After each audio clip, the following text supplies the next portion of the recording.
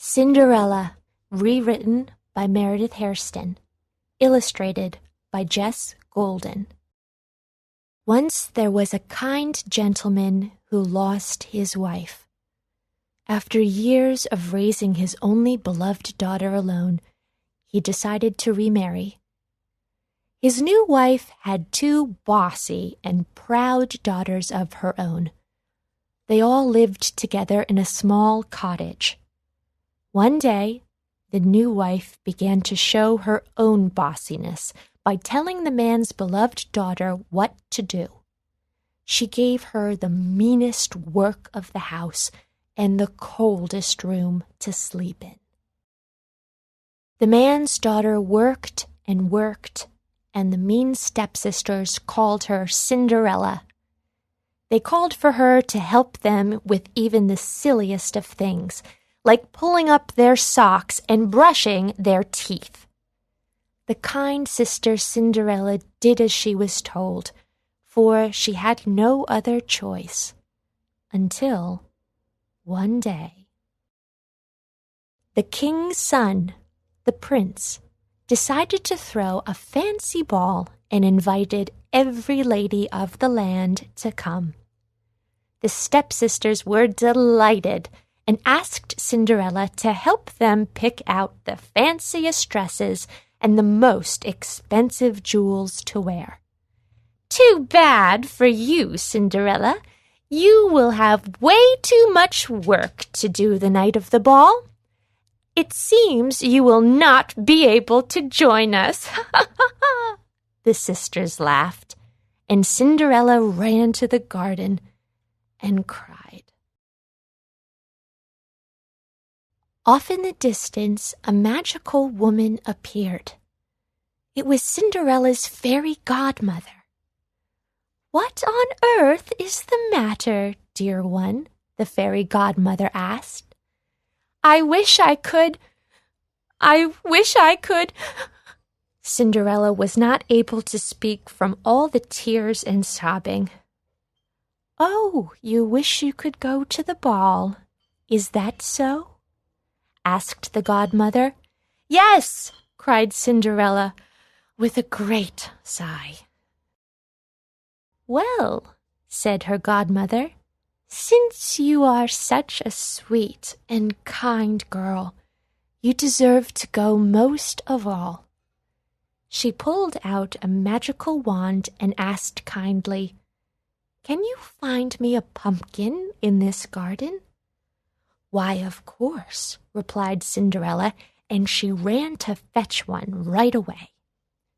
Her godmother took her wand to the pumpkin and poof!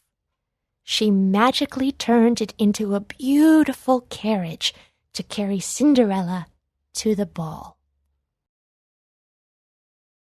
"Can you find me 6 mice and 1 plump rat?" inquired the godmother. "I'll look and see," said Cinderella, excited. Sure enough, there were all the mice and 1 big rat waiting for a magical change.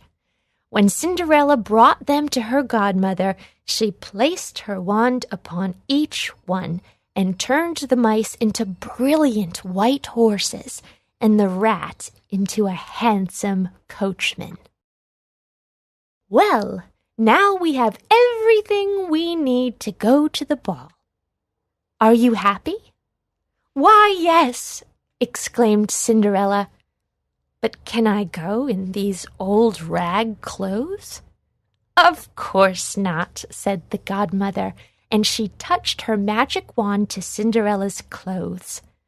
Her old dress was turned into cloth of gold and silver, and her dirty shoes became the most beautiful glass slippers she had ever seen.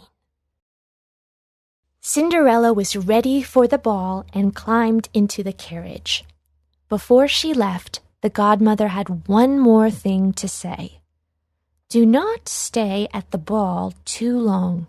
If you wait to come back until after midnight, all of the beautiful things will return as they were before, and you will be left at the ball in all your old rags." Cinderella promised her godmother she would return before midnight, and she headed quickly to the palace. The king's son was told that a great princess that no one knew had arrived, and he ran out to meet her. He gave her his hand, and he led her into the hall. A silence came over the crowd as they entered. The king himself could not believe how beautiful she was. The prince asked for the first dance to be with her, and she gladly accepted. Cinderella's sisters saw her, but did not recognize her in all her beauty. She danced and danced with the prince, and then all of a sudden the clock struck 11 3/4. She immediately made a last curtsy to the prince and his company, and then ran away as fast as she could. The prince was surprised and ran after her, calling, "Princess, princess, wait, wait!" As she ran down the steps to her carriage, she lost one of her glass slippers, but she had no time to fetch it back. The prince kept the glass slipper and was determined to find the beautiful princess the next day. He made an announcement to all of the people that he would look for the woman whose foot fit into the slipper perfectly. In the morning, he sent out his best advisors to find her. He reminded them to check in all houses and in all businesses. The men set out to look for the woman whose foot fit the slipper. Meanwhile, the mean and bossy stepsisters had Cinderella helping them to look their best for the prince's men. They had her dress them and brush their teeth as usual, but Cinderella said nothing about the slipper. When the prince's advisors came to Cinderella's house, the stepsisters answered the door.